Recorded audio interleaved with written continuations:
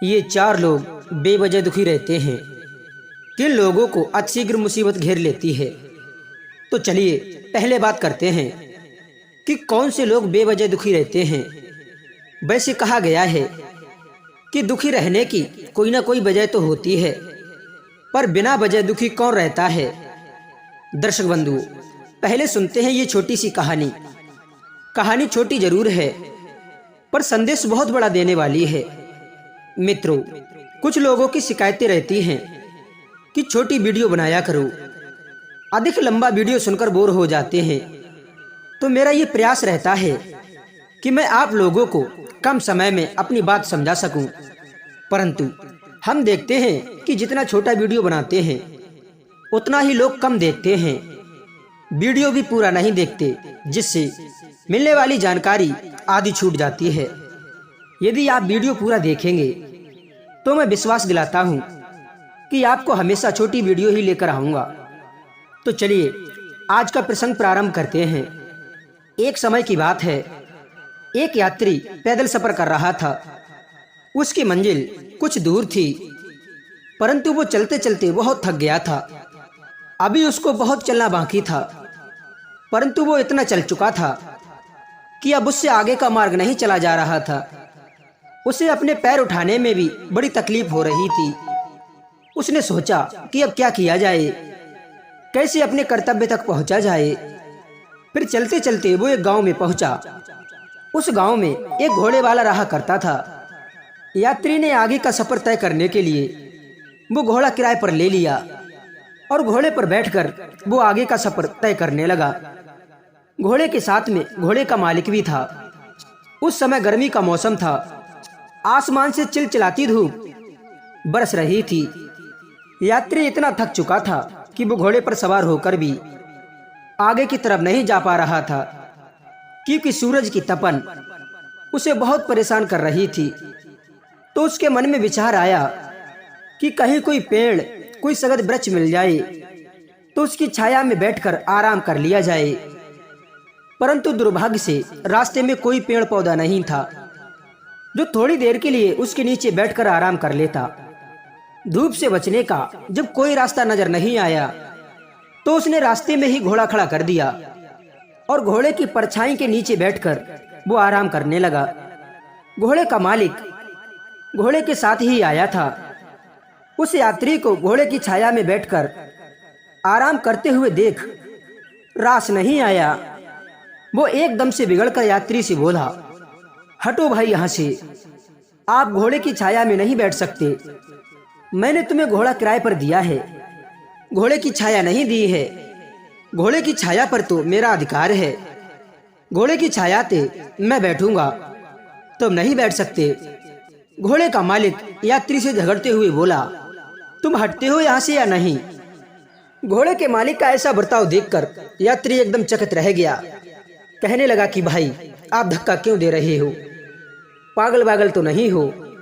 आपको मैंने घोड़े का मुंह मांगा किराया दिया है, तो जब तक मैं अपनी मंजिल तक नहीं पहुंच जाता तब तक घोड़े पर और उसकी छाया पर मेरा ही अधिकार है। मैं घोड़े का भी उपयोग करूंगा और उसकी छाया का भी। तुम मुझे घोड़े की छाया पर बैठने से नहीं रोक सकते। तब घोड़े का मालिक फिर बिगड़कर बोला, चुपचाप ठीक तरीके से हटते हो या फिर पकड़कर हटाना होगा।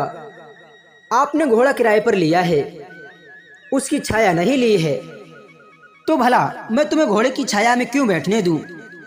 या तो आप मुझे घोड़े की छाया का भी किराया दो।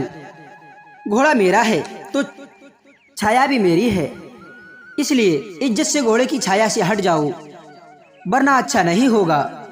यात्री बोला कि अरे भाई, बड़े बेवकूफ मालूम पड़ते हो।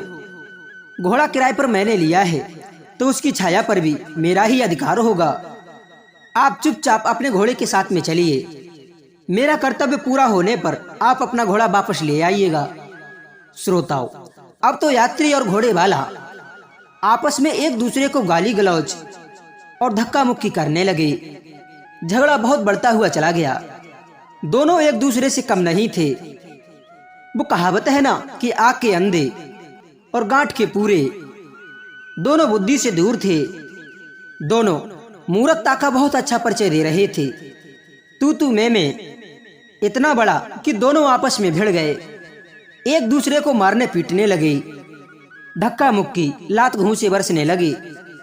दोनों की धक्का मुक्की को देखकर वो घोड़ा बिदक गया और वो घोड़ा ऐसा बिदका कि अपने प्राण लेकर वहां से भाग खड़ा हुआ और ऐसा भागा कि उसका पता भी नहीं चला कि घोड़ा कहाँ गया। घोड़े का वहां आसपास भी कोई ठिकाना नहीं था। यह देखकर यात्री बड़ा खुश हुआ और ताली बजाकर बोला, लो बैठ लो घोड़े की छाया में, अब जाओ अपने घर और इसी छाया के लिए अपना माथा पीटते रहना। पागल कहीं का। घोड़े को ना देखकर घोड़े का मालिक अपना माथा पीटने लगा। हाय, मैंने घोड़े की छाया का मोह किया तो घोड़े से भी हाथ धो बैठा। छाया से मोह करने का मुझे बहुत बड़ा दंड मिल गया। घोड़े वाला छाती मलता हुआ अपने घर लौट गया। इसीलिए कहते हैं, अनावश्यक चीजों के पीछे कभी लड़ना झगड़ना, बहसबाजी नहीं करना चाहिए। कुछ लोग घोड़े की मालिक की तरह व्यर्थ की चीजों के पीछे बुद्धि विवेक और अपनी सारी शक्तियां लगा देते हैं, फिर बाद में उनके हाथ से आवश्यक चीजों को भी गंवाना पड़ता है। जिस काम का अर्थ हो उसी में अपनी शक्ति को व्यर्थ करना चाहिए। अर्थहीन काम सिर्फ थकाते हैं, बकाते हैं और अपना नुकसान कराते हैं। कहते हैं, ये 4 लोग बेवजह दुख भोगते हैं। पहला, डहा करने वाला, जिसे मिलता तो कुछ नहीं है, बस दूसरों को अच्छा खाता पीता तरक्की करते देख अपनी छाती फूंके रहता है। नंबर 2, कंजूस। कंजूस आदमी अपनी कंजूसी के चलते सुखों से वंचित रहता है। वो कष्ट तो सह लेगा पर धन को खर्च नहीं करेगा। तीसरा होता है आलसी।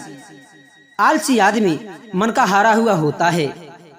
उसके पास सब कुछ होता है, फिर भी वो अपने आलस के चलते उन्हें भोग नहीं पाता और ना ही अपनी उन्नति कर पाता है और ना विपत्तियों से अपना बचाव कर पाता है।